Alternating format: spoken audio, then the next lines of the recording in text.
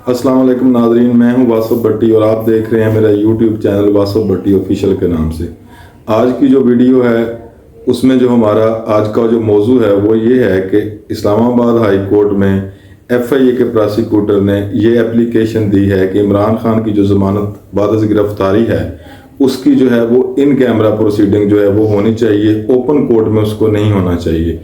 आज हम जिस पर बात करेंगे वो ये है कि इन कैमरा प्रोसीडिंग होती क्या है। हमारे नाजरीन को जो आम आवाम है उनको, बहुत सारे लोगों को, चूँकि ये लीगल और टेक्निकल वर्ड है, उनको ये नहीं पता कि इन कैमरा प्रोसीडिंग क्या होती है।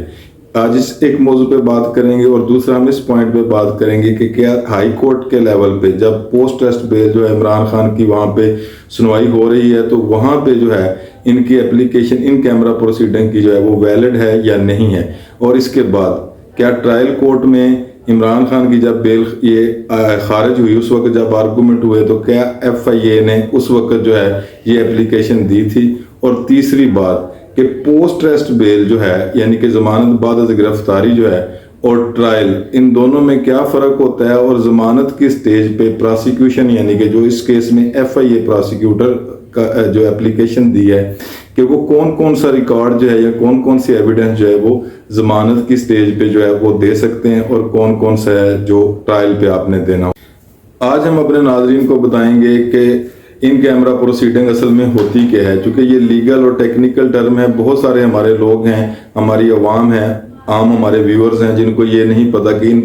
कैमरा प्रोसीडिंग असल में होती क्या है। इन कैमरा प्रोसीडिंग एक ऐसी प्रोसीडिंग है कि जिसमें मीडिया के लोगों को और पब्लिक के लोगों को उस प्रोसीडिंग के दौरान जो है वो कोर्ट रूम में बैठने की इजाज़त नहीं होती है। वो जो कार्रवाई है उसमें जो है वो उनको अटेंड नहीं उसको कर सकते, शामिल नहीं हो सकते, अदालत में बैठ नहीं सकते। सिर्फ जजेस जो हैं और जो पार्टी के वकला हैं और जो स्टाफ है वही सिर्फ जो है वो उस प्रोसीडिंग को जो है वो वॉच कर सकता है या प्रोसीड कर सकता है। और इसलिए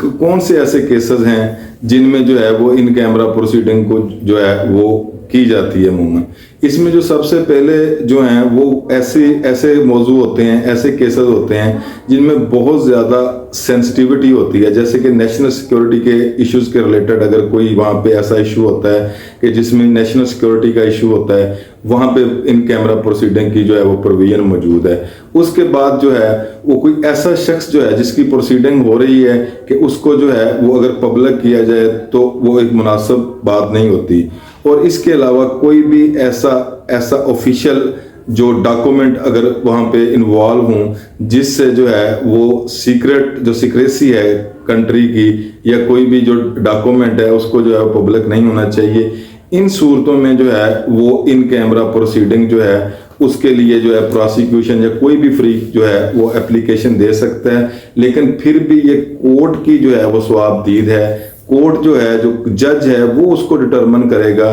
कि क्या इस केस में ये जो एप्लीकेशन आई है क्या वाकई इसकी ज़रूरत है कि इसको इन कैमरा किया जाए या इसकी ज़रूरत नहीं है। तो इमरान खान के केस में जो है वो FIA के जो प्रोसिक्यूटर हैं शाह खावर, उन्होंने एप्लीकेशन दे दी है कि हाई कोर्ट में जो उसकी पोस्ट टेस्ट बेल जो है ज़मानत की स्टेज पे, चूँकि इमरान खान की बेल जो है वो ट्रायल कोर्ट में खारिज हो चुकी है, अब उन्होंने जो है वो हाई कोर्ट में अपनी बेल अप्लाई की है सलमान सफदर साहब के ज़रिए, वो उनके वकील हैं। तो प्रोसिक्यूटर जो FIA के हैं शाह खावर साहब, उन्होंने जो है वहाँ पे एप्लीकेशन दे दी है कि ये इसकी प्रोसीडिंग जो है वो इन कैमरा होनी चाहिए। ये इन कैमरा प्रोसीडिंग की जो एप्लीकेशन आई है, अब इसको देखते हैं कि ये वैलिड ग्राउंड पे आई है कि नहीं आई, या इस स्टेज पे प्रोसिक्यूशन को क्या ज़रूरत पड़ी है कि उन्होंने इस ज़रूरत को महसूस किया है कि इन कैमरा जो है वो प्रोसीडिंग होनी चाहिए। इससे पहले की अगर बात कर लें तो आप देखेंगे कि जब ट्रायल कोर्ट में ये प्रोसीडिंग हो रही थी और बेल एप्लीकेशन पे दोनों फ्री कैन ने आर्गूमेंट किए, वहाँ पे FIA की तरफ से कोई ऐसी एप्लीकेशन जो है वो नहीं दी गई कि कोई खुदा न खास्ता जो सिक्रेसी है या कोई ऐसी सेंसिटिव इंफॉर्मेशन है जो कि बाहर पब्लिक नहीं होनी चाहिए, और वहाँ पे कोई ऐसी एप्लीकेशन इन्होंने उस स्टेज पे नहीं दी। अब देखना ये है कि जब आपने बेल स्टेज पे ट्रायल कोर्ट में जब आप आर्गूमेंट कर रहे थे उस वक्त आपने ये एप्लीकेशन क्यों नहीं दी, और अब हाई कोर्ट में जो है वो आप ये एप्लीकेशन जो है वो दे रहे हैं। अगर वाकई ही मेरी नज़र में अगर वाकई ही इनके पास कोई वैलिड रीज़न होता है या सेंसिटिविटी को समझते कि कोई ऐसी हसास इसमें इंफॉर्मेशन है कि जो पब्लिक नहीं होनी चाहिए या मीडिया के सामने नहीं आनी चाहिए, तो फिर ट्रायल कोर्ट में इन्होंने जो है वो क्यों नहीं दी, जबकि ट्रायल कोर्ट में इनकी जो है इमरान खान की जो बेल है वो खारिज हो चुकी है और प्रोसिक्यूशन FIA को वहां से जो है वो रिलीफ मिल चुका है। अब आते हैं इस बात पर कि साइफर केस में जो ऑफिशियल सीक्रेट एक्ट के तहत इमरान खान के खिलाफ जो है वो दर्ज किया गया है, उसमें जो है जो एलिगेशन है उस पर एलिगेशन ही यही है कि उसने साइफर को जो है वो पब्लिक कर दिया है। और जब एक चीज जो है वो ऑलरेडी पब्लिक हो गई है तो अब कौन सी ऐसी चीज है जिसको अब इन्होंने इन कैमरा जो है वो लेके आना है, और कौन सी ऐसी चीज है जो मीडिया से और अवाम से ये जो है वो छुपाना चाह रहे हैं। तो मैं ये समझता हूं कि इसको समझने के लिए सबसे पहले ये समझना चाहिए कि जो हाई कोर्ट में इनके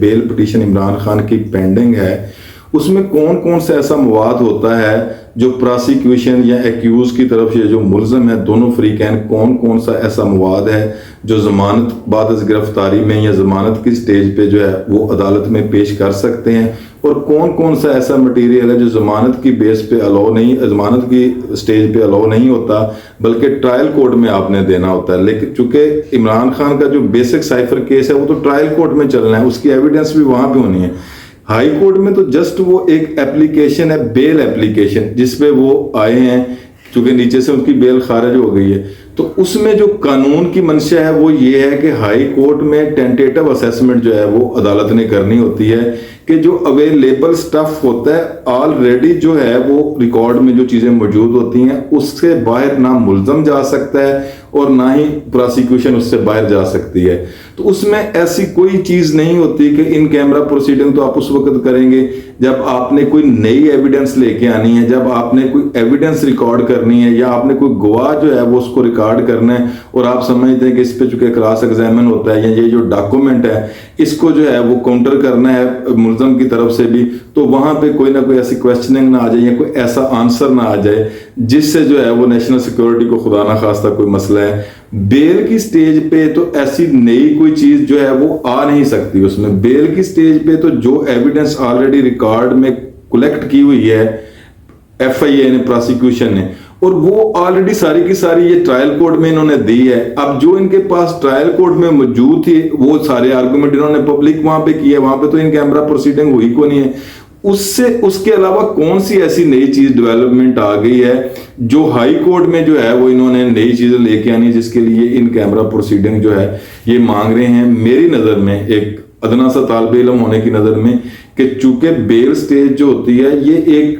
प्रेमा फशाई इन्होंने देखना है कि केस बनता है कि नहीं बनता, या प्रोसिक्यूशन के पास ऐसा कोई मवाद है कि जिसकी बुनियाद पर बेल जो है वो खारिज हो जानी चाहिए, या जो मुल्जम फरीक है उनका वकील जो है क्या वो ऐसे दलाइल या ऐसे कुछ डॉक्यूमेंट या ऐसी कोई रिकॉर्ड में कुछ चीज ऐसी है जो मुल्जम को फेवर कर रही है, वहां पे एविडेंस तो रिकॉर्ड ही नहीं होनी। तो मैं ये समझता हूं कि जब ट्रायल कोर्ट में इन्होंने इन कैमरा प्रोसीडिंग की जो है वो एप्लीकेशन नहीं दी तो यहाँ पे भी वो एक वैलिड ग्राउंड नहीं बनता। लेकिन चूंकि